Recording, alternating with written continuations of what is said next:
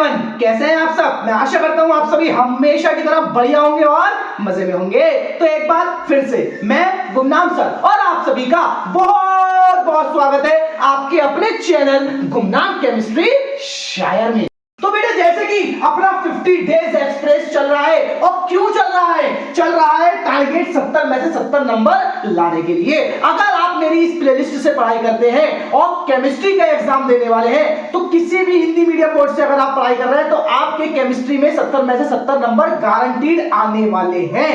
अगर आप पूरी प्लेलिस्ट अच्छे से पढ़ लेते हैं और जितने टॉपिक मैं कर रहा हूं आप उसे कवर कर लेते हैं। आपने कभी केमिस्ट्री नहीं पढ़ी, फर्क नहीं पड़ता, बस यार ये 50 वीडियो, ओनली 10-10 मिनट के 50 वीडियो लाइव के 500 मिनट खर्च कर लो, मजा आ जाएगा। तो देखो बेटा, आज 18 दिसंबर, वीडियो नंबर 8 है और आज चैप्टर चल रहा है विलियन। इसके 7 वीडियो यार जाकर देख लो जरा, नीचे डिस्क्रिप्शन में टॉप पे लिंक दे दिया जाएगा आपको। और आज हम टॉपिक क्या पढ़ने वाले हैं? मोलरता, मोललता, नॉर्मलता।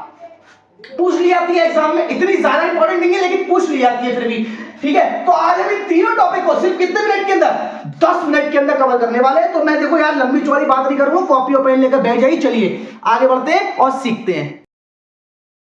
तो देखिए बेटा, आपको सिखाते हैं मोलरता, मोललता, नॉर्मलता। तो इधर क्यों ध्यान दीजिए बोर्ड की ओर भाई। सबसे पहले मैंने यहां पर लिख रखा है मोलरता तथा मोललता में अंतर। SDMI super duper most important topic है ये, मोलरता तथा मोललता में अंतर। देखो जब अंतर पढ़ेंगे, अभी मोलरता भी पढ़ लेंगे, मोललता भी पढ़ लेंगे। मेन हमारा फोकस क्या है? इनमें अंतर पूछा जाता है, ठीक है। अब देखो भाई, एक साइड मोलरता लिख लिया, एक साइड मोललता लिख लिया। मोलरता को कैपिटल एम से लिखते हैं और मोललता को स्मॉल एम से लिखते हैं। अब पहले आप मोलरता पर आइए। देखिए अगर आपसे वो एग्जाम में मोलरता पूछता है तो आप इजीली मोलरता की डेफिनेशन भी दे सकते हैं। तो यहां पर लिखिए मोलरता की डेफिनेशन। तो डेफिनेशन क्या है? 1 लीटर आयतन में उपस्थित विलय के मोलों की संख्या को विलयन की मोलरता कहते हैं। सिंपल सी डेफिनेशन हो गई। अब मोलरता बराबर क्या हो जाएगी भाई? आयतन लीटर में, ऊपर क्या रहेगा? विलय के मोलों की संख्या। क्योंकि 1 लीटर आयतन में उपस्थित ही विलय की मोलों की संख्या को विलयन की मोलरता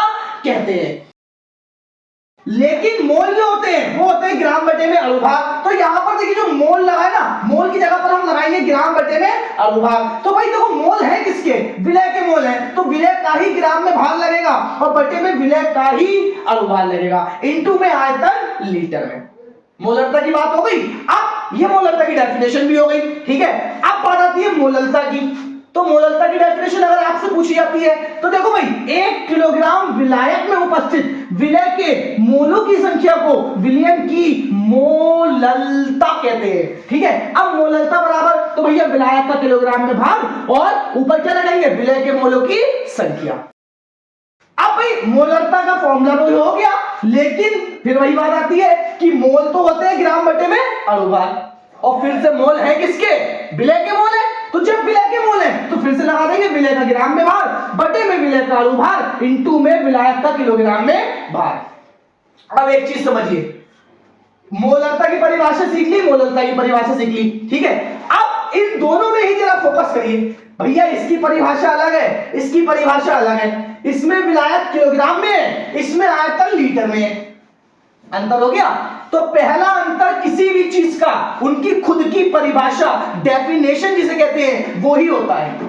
तो ये आपका पहला अंतर हो गया। अब हम चलते हैं दूसरे अंतर की, और पहले अंतर के साथ साथ हमने खाली अंतर नहीं पढ़ा है, मोलरता और मोललता भी सीख डाली है। तो दूसरा पॉइंट देखिए, इसका मात्रक मोल प्रति लीटर होता है, समझे? क्योंकि इसका मात्रक मोल प्रति लीटर होता है, और इसका मात्रक जो होता है, देखिए भाई, मोल बटे में किलोग्राम, तो इसका मात्रक मोल प्रति किलोग्राम होता है। एक में आया लीटर, एक में आया किलोग्राम, अंतर हो गया। अब तीसरा पॉइंट क्या है? देखिए भाई, ताप का प्रभाव पड़ता है और मोललता पे ताप का प्रभाव नहीं पड़ता है। अब ये चीज थोड़ा समझिए, देखिए ताप का प्रभाव कैसे पड़ता है और ताप का प्रभाव कैसे नहीं पड़ता है। सिंपल सा छोटा सा पॉइंट है। देखो जैसे कि आप घर पर इस चीज को करके देख सकते हो। आपने क्या करा? एक कुकर लिया, मान लीजिए, ठीक है, कुकर लिया और 2 कुकर ले लिए, एक साथ 2 कुकर ले लिए। दोनों में, एक में 1 लीटर पानी भर लिया, दूसरे में 1 लीटर पानी भर लिया, दोनों में 1-1 लीटर पानी भर लिया, ठीक है। और दोनों में क्या करा? अभी तो वो विलायक का पानी, तो उसमें क्या करा? दोनों में 1-1 चम्मच नमक डाल दिया। अब वो विलयन बन गया, नमक हो गया विलय, वो विलयन बन गया। अब हमने क्या करा? दोनों की गैस ऑन करी, दोनों की गैस ऑन करी, ठीक है, और दोनों की गैस ऑन करने के बाद में एक में हम देख रहे हैं क्या, मोलरता, और एक में हम देख रहे हैं क्या, मोलरता।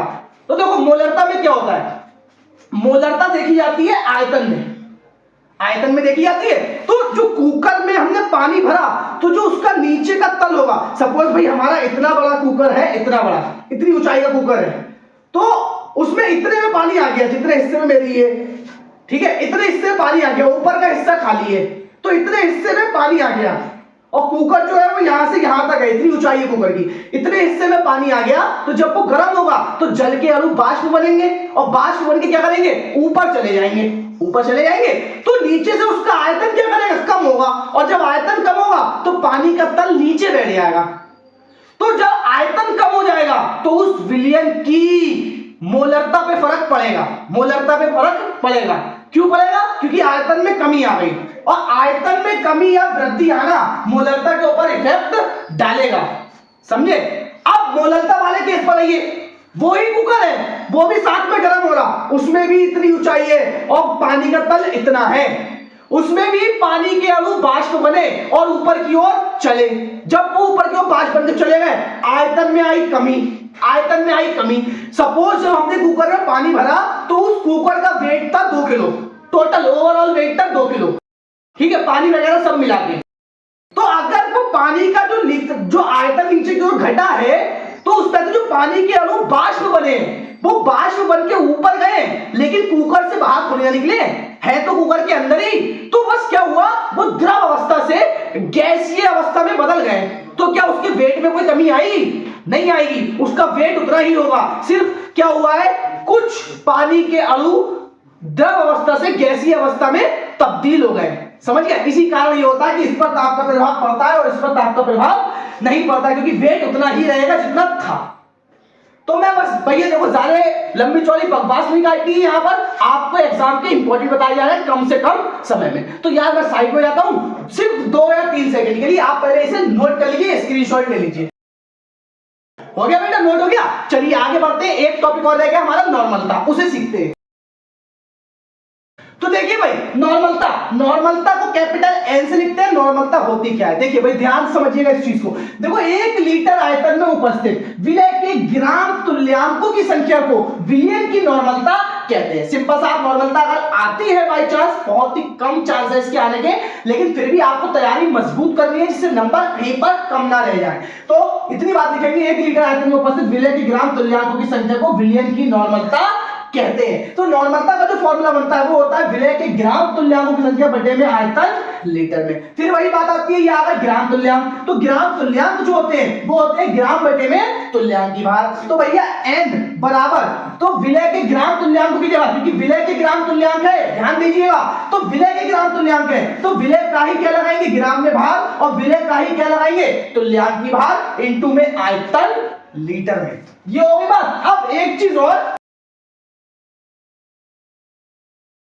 इसका मात्रक जो होता है ना वो होता है तुल्यांक प्रति लीटर, तुल्यांक प्रति लीटर। इस बात को भी याद रखिएगा, ठीक है। इसका मात्रक होता है तुल्यांक प्रति लीटर। अब भाई देखो सिंपल सी बात, अगर बाई चांस ऐसा हो एग्जाम में कि मोलरता और मोललता में अंतर रहा है, वो बोलते हैं मोलरता और नॉर्मलता में अंतर लिखो, तो भैया उसकी परिभाषा और इसकी परिभाषा आपस में कैसा है, अंतर है। दूसरा अंतर क्या लिखेंगे, इसका मतलब तुल्यांक प्रति लीटर, उसका होता है मोल प्रति लीटर। समझ में आई बात को।